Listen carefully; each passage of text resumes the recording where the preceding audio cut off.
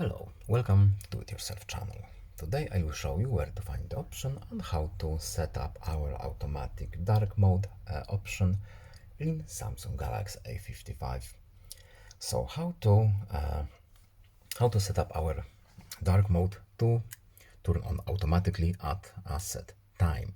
So we need to go to settings, then we need to go to our display, and here we have our dark mode settings. So we can change a few things here.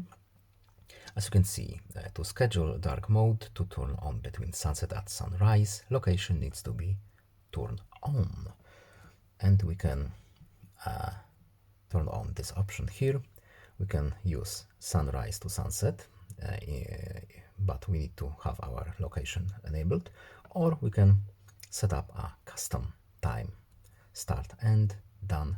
As you can see, that's all. I hope this video was helpful to you. Please leave a like and subscribe. Have a nice day and see you in the next video. Bye.